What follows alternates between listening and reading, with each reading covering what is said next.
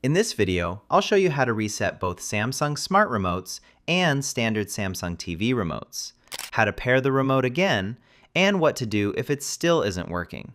Let's get started. Method number 1, Standard Reset. If your Samsung remote uses AAA batteries, remove both batteries first. Press and hold the power button on the remote for about 8 to 10 seconds to discharge any remaining power inside the remote. Wait another 10 seconds, then insert fresh or fully charged batteries. This simple reset clears temporary electronic glitches and often restores normal operation. Once the batteries are installed, test the power, volume, and menu buttons to see if the remote is working again. Method number 2, Reset and Pair Remote. For Samsung smart remotes that connect through Bluetooth, turn on your TV and stand close to it.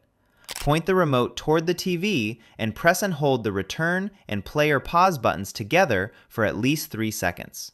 Keep holding until a pairing message appears on the TV screen.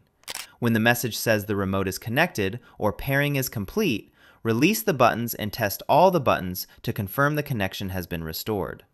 What to do if pairing fails?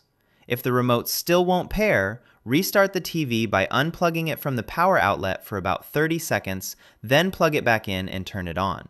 Try the pairing process again while standing within a few feet of the TV.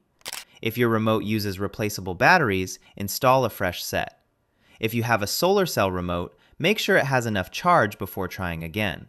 Weak battery power is one of the most common reasons pairing fails. Check whether the remote is working. If you're unsure whether the remote itself is working, open the camera app on your smartphone and point the front of the remote toward the camera. Press the power button while watching your phone's screen. If you see a flashing infrared light, the remote is sending a signal.